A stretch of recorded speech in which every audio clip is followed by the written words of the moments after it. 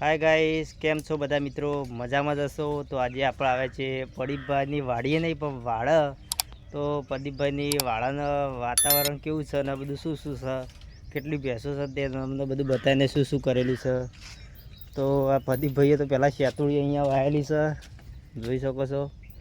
અને અહીંયા ભેંસોના પાવા માટે વોચ પણ સરસ મજાનો બનાવેલો છે.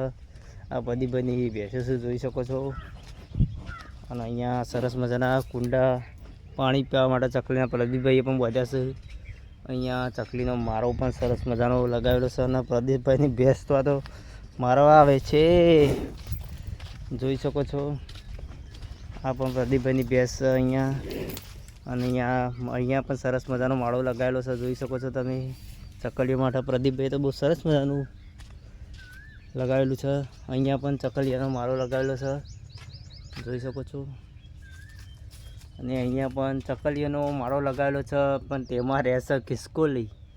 તો સેવા માટે તો ગમે તે લગાવ્યું, પણ ગમે તે પ્રાણી કે પક્ષી ગમે તે રહી શકે, જોઈ શકો છો. આ પ્રદીપભાઈના વાળાનું વાતાવરણ છે. આ બાજુ પણ સરસ મજાનો લીંબોડીનો છોડ વાવેલો છે, જોઈ શકો છો. અને સરસ મજાનું કંતણ પણ બધેલું છે. બાજુના ખેતરમાં સરસ મજાના ઈંડા છે. અને અહીંયા પ્રદીપભાઈની નાનકડી એવી પાડી છે, જોઈ શકો છો. અને આ બાજુમાં પણ પ્રદીપભાઈની ભેંસ બાંધેલી છે, જોઈ શકો છો. આ બધું પ્રદીપભાઈના વાડામાં બહુ સરસ મજાનું છે. અને એક વસ્તુ તમને બતાવું કે પ્રદીપભાઈની પપ્પાની જૂની રિક્ષા છે, આ જોઈ શકો છો. કેટલી જૂની કન્ડિશનમાં ખેતરમાં પડી રહી છે. ઘણા વર્ષ પહેલાં હતી, અમે પણ આમાં સવારી કરતા. બહુ જૂની કન્ડિશનમાં છે પ્રદીપભાઈની રિક્ષા, જોઈ શકો છો. જે કહેવાય છે કે લકી કહેવાય, તેના માટે વેચી નથી. બહુ લકી વિક્રમની આવતી પહેલાં રિક્ષા, બહુ લકી રિક્ષા છે, જોઈ શકો છો. પ્રદીપભાઈના ખેતરમાં પડી છે, બહુ લકી રિક્ષા છે. અહીંયા પણ પ્રદીપભાઈએ રોણ વાવેલી છે. આ છે બધું વાતાવરણ, બધું વાવેતર તો સારું કરે છે. અહીંયા તો પેપર પણ વાવી છે. આનું મિત્રો તમે ખાલી ડાળ વાવો તો તરત ચોમાસામાં તો થઈ જ જાય. ડાળું જ વાવવામાં આવે છે, કંઈ છોડ બોળ એવું હોતું નથી. આ પ્રદીપભાઈની રિક્ષા છે, જોઈ શકો છો. આ બધું વાતાવરણ છે. ને પાછળના ભાગમાં જે તમને મહાદેવનો વ્લોગ આપણે અપલોડ કર્યો તો, તે મહાદેવનું મંદિર આવેલું છે, જોઈ શકો છો. આ પ્રદીપભાઈનું સાપડું છે. અને સરસ મજાની શંકર ગાય છે, જોઈ શકો છો. અને નાના નાના ભૂલકાઓ છે. પ્રદીપભાઈની શંકર સરસ મજાની ગાય છે. બધું પ્રદીપભાઈનું વાડીનું વાતાવરણ છે. ને મિત્રો તમને અહીંયા અમારા મહેસાણા બાજુમાં ઓનજીસીના વેલ હોય છે, તો તમને ઓનજીસીના વેલ કેવા હોય છે તે પણ તમને બતાવું. કારણ કે બીજા મિત્રોને ત્યાં ઓનજીસીના વેલ હોતા નથી, તો તમને ઓનજીસીનો વેલ પણ બતાવી દઈએ. અને આ પાછળના ભાગમાં જીબી આવેલું છે, જોઈ શકો છો. અને અહીંયા પણ મંદિર છે અમારા પિન્ટુભાઈ ભુવાજીનું, ગોગા મહારાજનું, જોઈ શકો છો. મંદિર છે પિન્ટુભાઈ ભુવાજીએ પણ અહીંયા સરસ મજાના માળા ચકલીઓ માટે લગાવેલા છે.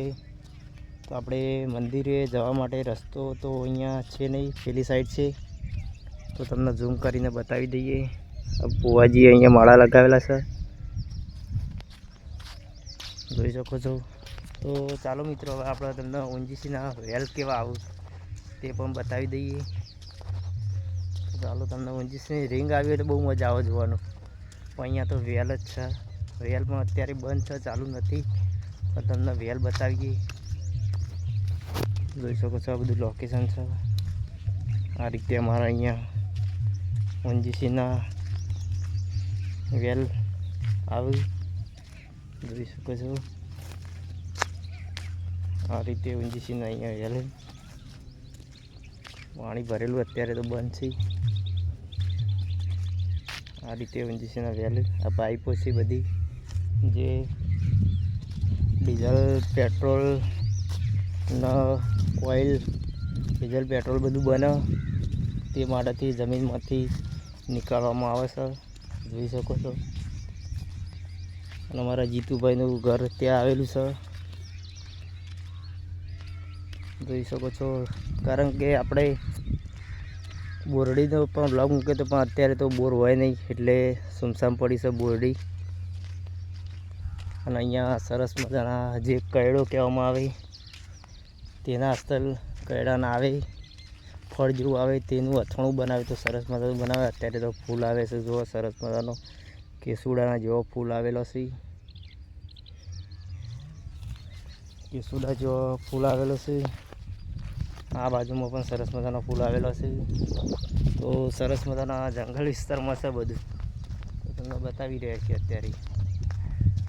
અને આ આંકડો છે તે તો જંગલ વિસ્તારમાં બહુ થાય છે.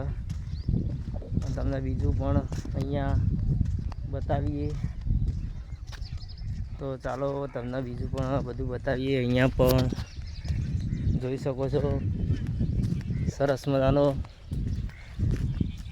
વલ્લો વાવેલો જ છે. આ બાજુમાં પણ વલ્લો સરસ મજાનો છે, જોઈ શકો છો.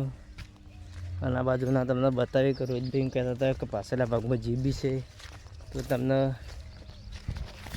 જી બોર્ડ પણ બતાવી દઈએ કે કેવું અમારે અહીંયા જીબી છે તે પણ બતાવીએ. સરસ મજાનું લોકેશન છે, જોઈ શકો છો.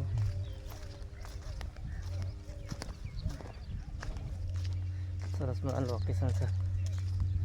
તો તમને અત્યારે લઈને આવ્યો છું જીબી બતાવવા.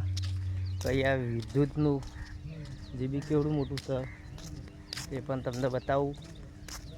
અને અહીંયા ખાડા ટેકરાના જગ્યાએ બધું વાતાવરણ આ રીતે છે, જોઈ શકો છો. તો તમને આ છે વિદ્યુત બોર્ડ, જોઈ શકો છો. અને ત્યાં પાછળના ભાગમાં મહાદેવનું મંદિર છે, તમને ઝૂમ કરીને બતાવી. મહાદેવની ધજા સરસ મજાની લહેરાઈ રહી છે, જોઈ શકો છો. આ જીબીનું વાતાવરણ છે. આ બાજુ આટલા બધા અહીંયા ખાડા કરી દેવામાં આવે છે, જોઈ શકો છો. ખેતરમાં જેવો ઉત્તર વિસ્તાર છે અહીંયા, અને આ લાઈનો બહુ મોટી મોટી નીકળે છે. અને ત્યાં સામે છે ગોડાઉન, જોઈ શકો છો.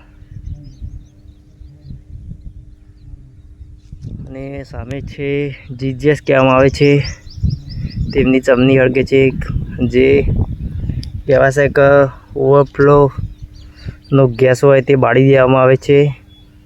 તો આ છે તેની ચમની, જે તમને ONGCનો વેલ બતાવ્યો, તેનો વધારાનો ગેસ અને એ બધું નીકળે તો અહીંયાથી તે ચમનીના કારણે કોઈને પબ્લિકને નુકસાન ના થાય, અને તેને ઉપર સળગાવી દેવામાં આવે છે. તે પણ છે, તે પણ રાતે તો સરસ મજાનો નજારો દેખાય છે, કારણ કે ઉપર ચમની સળગતી હોય, પણ જ્યારે સળગે ત્યારે તો જબરું થાય છે. અહીંયા જે ફાયર બ્રિગેડના બહુ લાઈબંબા ને એવું બધું અહીંયા દોડતું હોય. આપણે દેશી ભાષામાં લાઈબંબા કહીએ, પણ જેને ફાયર બ્રિગેડ કહેવામાં આવે, જોઈ શકો છો. અને આ રસ્તો છે, આપણે જઈ રહ્યા છીએ અત્યારે હાલ, એ જઈ રહ્યો છે મહાદેવના મંદિરે. તો આપણે તો ત્યાં રોજ છે, ત્યાંથી લોગ બનાવ્યો હતો, ત્યાંથી દર્શન કરવા જઈએ છીએ સાધન હોય. તો અત્યારે આ રીતે રસ્તો છે, અમારા પ્રાણ પ્રતિષ્ઠા વખતે બનાવેલો છે, જોઈ શકો છો. આ રસ્તો છે, અને પ્રદીપભાઈની વાડી છે, અને પેલા પિંકાબેન બેઠા છે, જોઈ શકો છો. તો આ બધું છે અહીંયા. તો ચાલો બધા મિત્રોને જય માતાજી, જય દ્વારકાધીશ. મળીશું ફરીથી નવા લોક સાથે, તો આવજો.